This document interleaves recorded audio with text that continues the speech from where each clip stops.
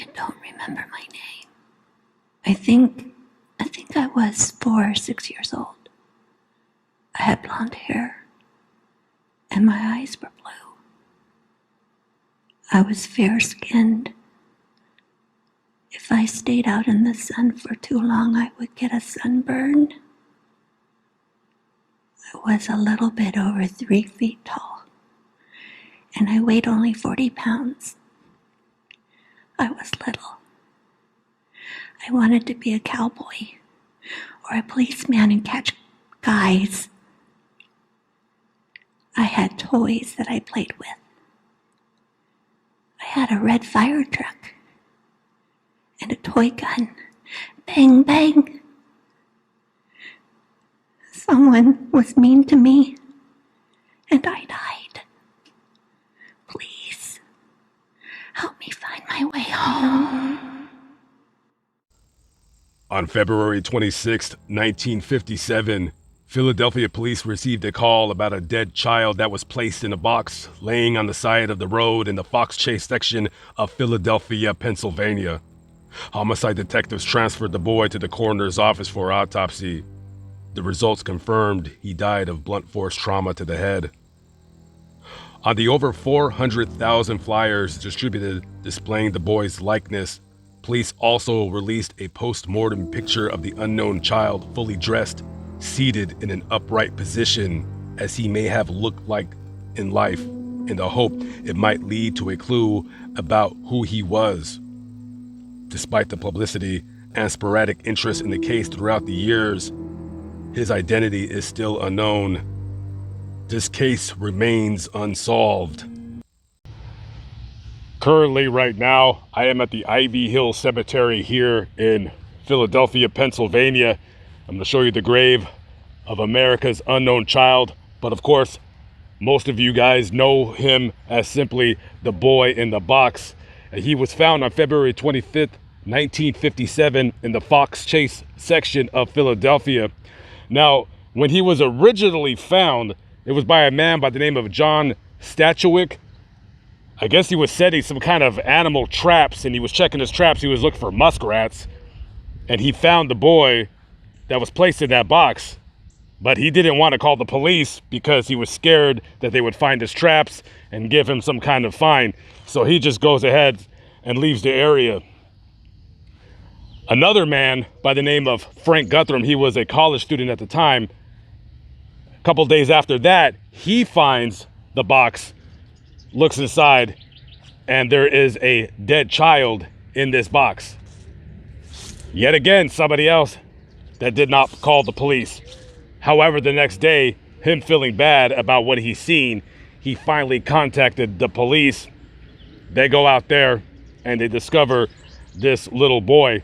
He was placed in a box that had once been used to place bassinets in that they sold through JCPenney. They scoured the crime scene looking for evidence. The only thing they found was a blue corduroy cap, a child's scarf, and they found a man's handkerchief with the letter G embroidered on it. They take the boy to the coroner's office and they do an autopsy, and it looks like, according to the autopsy report, he died of blunt force trauma to the head. He had many bruises, particularly on his face, all over his whole body. He had a couple of surgical scars, one on his ankle and one on his groin area, and he had an L-shaped scar under his chin. This boy was absolutely tortured. Don't misconstrue. This boy was murdered, and this was pure and utter unbridled torture. So a detective that was working this case by the name of Remington Bristow, he became almost obsessed with finding the identity of this child. He worked over 35 years on the case until he finally died, I believe, in the early 90s. He spent many hours on the case himself. Spent a lot of time and his own money and resources trying to find the identity of this child. Now, there's been a couple theories about who this child was. They got so desperate to try to find his identity, that they consulted with a New Jersey psychic. She came to the crime scene and she's telling him about some kind of a foster home. She leads them to the foster home. They get there just by dumb luck. At the foster home, they're having some kind of a yard sale, and one of the items for sale at this place was a bassinet similar to the one that would have been found in that box. Also, when the body was found, it was wrapped in a blanket, and when he was walking around the area, he noticed that there were some blankets lying on the clothesline that resembled the blanket that the boy was found in. The second theory is, and this is kind of plausible, but there's a problem with this one. Back in 2002, a woman, only known as Martha, contacts the police and says, "I know who that boy was. My mother bought him off of a couple back in 1954. She tells them that this boy was raised by her mother, but her mother was a whack job and had physically, mentally, and sexually tortured that boy. One day when they were eating dinner, he threw up, and she got so angry that she slammed his head repeatedly against the wall. When he was unconscious, she gave him a bath to try to wake him up, and he died in the bathtub. So she told her daughter to help put the boy in the box, and then they dumped him in the Fox Chase section. And as they were dumping him, a car had pulled up because they seen two women struggling with this box. He had asked them if they needed help, and she said no, it was fine. Now, there's a plausible scenario in this situation. Number one, Martha told them what they were having for dinner that night, and there was very similar contents found in his stomach during the autopsy, which was baked beans that were found in his stomach. Also, she said that when she gave him a bath, that would have coincided with his fingers having been having wrinkles on them, you know, the kind of wrinkles you get when you stay in the bathtub too long. However, this woman, Martha, was very mentally disturbed. And when they went to find the neighbors that they used to live with back in Philadelphia, the neighbors said that they don't recall ever a boy having been living with Martha or her mother. So that was thrown out. And here we are. This is the grave of this little boy. I don't know his name.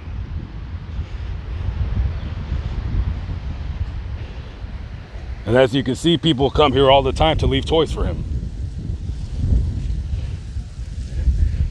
Originally, he was buried in a potter's field, and in 1998, they disinterred him to get some DNA that they got off of the front of his tooth. They scraped off some tooth enamel. So there is a DNA profile in the database for this little boy.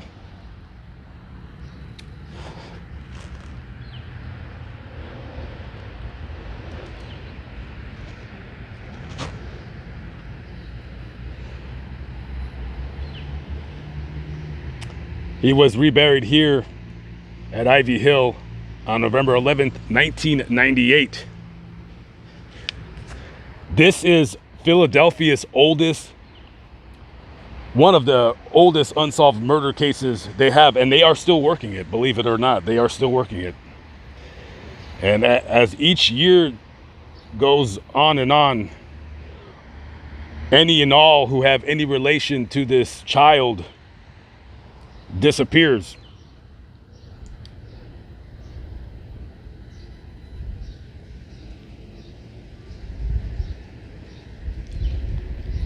Doesn't matter what decade you were in, there's always a savage individual. The 40s, the 30s, the 1870s, the 1790s, there has always been good and evil in this world. And that will never cease, unfortunately.